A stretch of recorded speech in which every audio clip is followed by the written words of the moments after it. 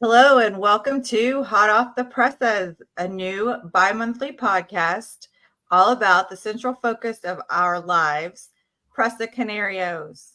My name is Molly Lindsay, and I'm here with Jen Chandler from Presa Grande to discuss all things Presa Canario. Most of you probably know Jen, or at least know of her. For those of you who might not, she is the operator of Presa Grande Kennels and has been breeding, showing, and advocating for the Presa Canario breed and its preservation for over 20 years. Today, we'd like to start off our new series with some further introductions of ourselves, why we got into the breed, how Jen and I are connected, and then we'll talk about upcoming episodes and what our hopes are for this Hot Off the Presses podcast going forward. So, Jen, how are you today? I'm doing pretty good. Just doing That's dog good. stuff. Glad to have you here. Yes, dog stuff is what our lives are all about. This is a new version of dog stuff for us. Right. Try to muddle through So it. tell me, yeah, exactly. So tell me a little bit about yourself and everybody else. I know a little bit about you, but tell everybody a little about yourself and where you live and all your background like that. So I live in Pocahontas, Illinois. I'm originally from St. Louis, but I've lived all around the country. I've been trainer for 30 years. I've kind of gotten away from that a little bit. I train my own dogs. I don't train outside dogs anymore. I've had this breed since 1998. My interest started with the breed 1996-ish. I got my first in 1998. Married, a pretty boring life. I was a 30-year truck driver. I decoyed for Schützen clubs for 10 years. I was a member of a club for 15 years. So I've been doing all aspects of it. Yeah. Well, everything Presa all day, every day, right? Yeah, pretty much. So how many adult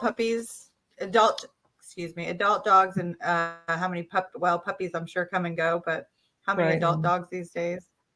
So this is a topic that gets kind of weird because I usually don't say when people ask me that, but I realized lately, even somebody who was following me on a regular basis, they asked me in a legitimate way, "You have like 100 dogs, right?" Like, 100 dogs. So I have about 23 adults, and that's not counting some retirees, rescues, and then obviously puppy count changes. I only have like 2 puppies available at the moment, but I have some youngsters coming up. I really only have 24 kennels completely. That's total. So you get much more than that. There really isn't anywhere for them to go. So these people that think I have 50, Right. 60, 70 dogs, or I don't know. I mean, they see me posting a lot of dogs, but I'll post client dogs. Clients will bring their dogs back to my place and I'll take photos of them. I do have a lot of dogs placed with people so they can live a family life, but then I can still have access to that bloodline. So that, I mean, it does make sense that it seems like I have more dogs than I do. Well, so if you had to guesstimate, how many dogs do you think have been under your care at some point during your career? Just to give you folks a little bit of background and why you have this knowledge. So from a training aspect, I would say hundreds. I mean, ownership over 25 years, think about 15 to 25 dogs every year for 25 years. I mean, they obviously don't change. I have 13, 14, and even a 15-year-old. So it's got to be hundreds. Yeah, that's amazing. You've been there and seen that and done that. Yeah. Yeah, I wasn't like Good. right out of I got in this breed and I was stupid and I made a lot of mistakes. And as we go along from a whelping standpoint, from a breed standpoint, from pairings and genetics, I made the mistakes and I never had a mentor. And that might have been one of my issues, but I don't say things saying, hey, Jen Chandler is the smartest person on the world. She knows all this stuff from birth. No, I've made these mistakes and I want to help people not make these mistakes. Yeah, right. And we'll get into that a little bit more, but that's kind of why we're here today. Jen has definitely been a mentor is a good word for it. Mentoring myself and my husband through our kennel process at this point too. Just I know because she can see we appreciate and love the breed as much as she does. So she has graciously been willing to help us out with that. But I guess just step back for a second. Tell us about what the popularity of the breed has done and how much people's the outside folks' knowledge of this breed has started to progress in your 25 years that you see. Well, so it was super rare, and literally no one knew what it was when I got into it. And it slowly ticked up and ticked up to where people were getting smart about it and they were learning about it. I think that as the popularity have grown, of course, you're going to get all of the negatives. There's the more a dog is bred, the more breeders there are. Of course, the quality is going to go downhill. I think COVID hurt us really badly on that because people saw it as, hey, this is a very big moneymaker, and now it's no longer that. So we have all of this production and not enough of that. But I think at this point we're kind of at a pinnacle where the knowledge and the aggressive ignorance in a way that's either purposeful or not purposeful, and we're kind of falling over the cliff of. I mean, a lot of people are they don't know what they're talking about, but they're aggressively promoting what they're saying as being fact, and it's unfortunate. From here, we can go one of two ways from here. Yeah, and that's something that we definitely want to delve into in further discussions. Yeah. Both those people that talk and don't seem to know what it is they're talking about, and also where does the breed go from here when we have that kind of influence, and then the kind that I think that you would advocate for, which is the direction you've always delved into in your breeding processes and your sales process and everything else, which is a big difference from some other folks' philosophies. But topics for another day for sure. I'm sure we could fill some time with that. Yeah. So I guess just briefly on the future of the breed. So what do you see coming down the line for the breed? More of its acceptance into different organizations or its popularity in this country or in other countries. And also, I guess we'd have to talk about we'll get into some of the governmental challenges that are coming down the pipe for these types of breeds in some countries and what it means in this country. Yeah. So, like I said, we're kind of at a pinnacle of where the breed's going to go, whether it's going to be, I think that this year, I think in the next 3 to 5 years, AKC is an inevitability. The parent club in the U.S. is seeking that, and AKC with the numbers that we're producing is open to that. I'm not part of that. That's beyond me. I think the important thing is to promote and try to help whatever breed club it is become a strong, it hasn't been strong in 15 years, and we need to help promote that. And I don't know how we do that where we're at now with such fractioning. It's going to keep getting more popular. We may be on the cusp of a lot of breeders dropping off because the demand is kind of down. So that may be a good thing. But the popularity is there. There are great buyers. There are a lot of great buyers that are getting directed the wrong way. You see them every day online. They're really good people with a dog they bought either from a shitty person or they got a shitty genetics hit them wrong. So education is key. Breeders being honest with what they have and helping these people, whether they want a pet temperament. And let's just face it, people are going to want a pet temperament. They're going to need a pet temperament. So if we have these breedings that are super hot, we don't sell to those people. If we have more laid back but still drivey, fun, sporty dogs, then we can sell to people who are not necessarily looking for something that's going to kill everybody. So we have to get breeders education. We need to get buyer education, and we need to figure out how to make this parent club strong, whether it's the one that's there now or there's some new iteration that comes up in the next few years. We've suffered from a lack of a parent club since the breed got over here, period. The lack of a strong one. Sure, I can see that. I mean,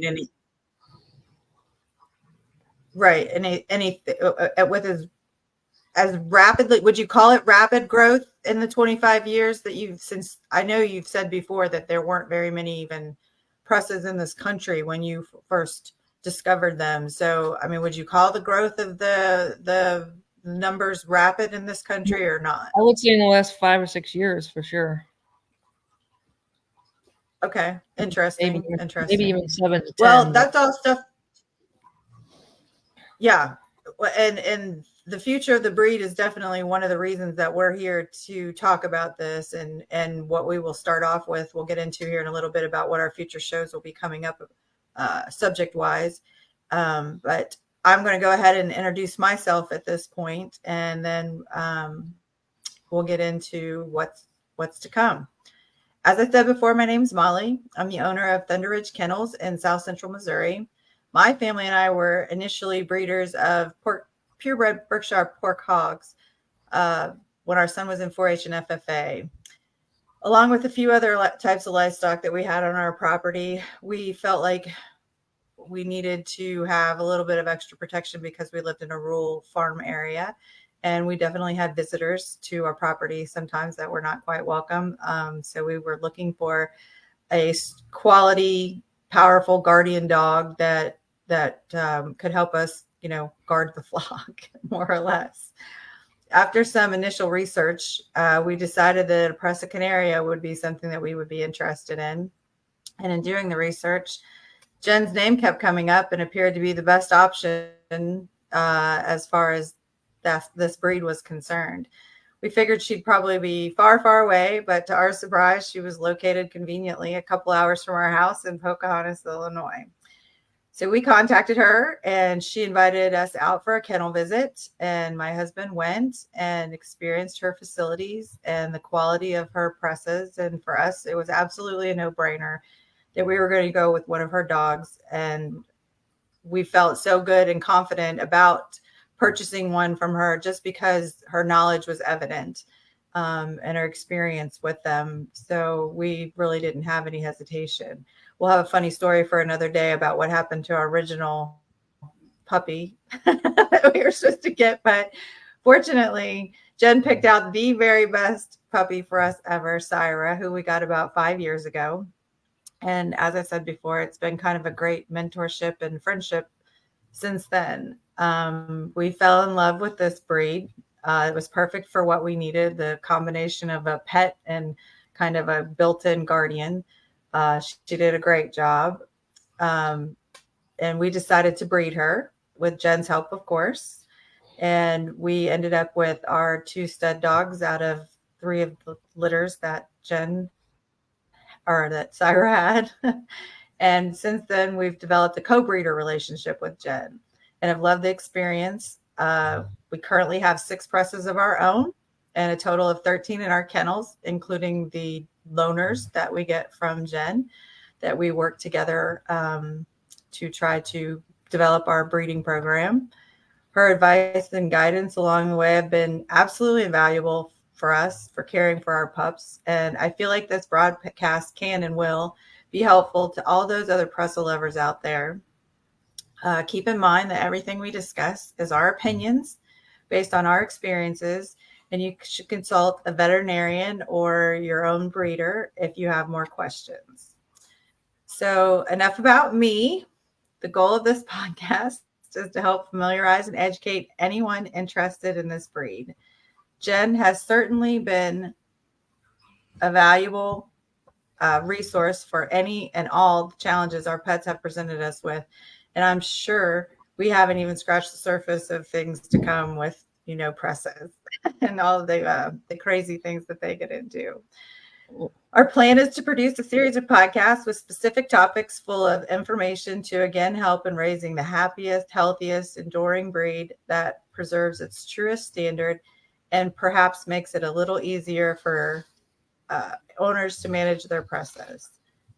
There are so many things about rearing dogs that make complete sense once you learn them, but have no idea about until somebody mentions them. I can't tell you how many times Jen tells me the answer to something. I'm like, of course, that's what it is. That makes complete sense now that I know it. But before that, wouldn't have even occurred to me. So anyways, we will release new episodes every other week on Sunday evenings on all our social media, and we'll include topics like getting a Presa, feeding and caring for their health, training, correcting, and environmental considerations, and all things breeding, products that we love, and making of champions. where we'll get a little bit more into the clubs and the UKC, AKC kind of conversations. So our first episode of Hot Off the Presses will be about anatomical discussion of the breed. I can't wait till that day. I have to say that word a few times, I bet. Structure. Go say structure. There you go. Structure is much easier to get out. Thank you. We'll review the breed standard and have examples to illustrate what is correct as well as what's incorrect, because I know a lot of times Jen and I look at a dog and she says it has a good rear or a good this or a good that, and I'm like, you're gonna have to show me more what you mean, because I don't see the difference. So I'm excited that we've got some plans for pictures of our own dogs to show you what it is that we're looking for, and what's desirable or even fashionable, and color coats and different things like that these days, and what our specific goals are when we make breeding decisions. So we'll get into the good, the bad, and the ugly of why genetics matter. Another one of those words, genetics. Be on the lookout. You'll have to say that live one. episode. Yeah, right. Be on the lookout for our live episodes of Hot Off the Presses, where we'll discuss hot topics, current events, and whatever is on our mind at the time. There's going to be days where there's hot subjects out there that just warrant a quick discussion to see what everybody's viewpoint is. We hope to be able to take questions and comments from the listeners. On some of our episodes, we will have experts hopefully be able to assist us and give some commentary and some more great information that's valuable to the folks that love this breed. We do welcome any input, so please feel free to make topic suggestions or ask questions in the comment sections of our posts. And for more information,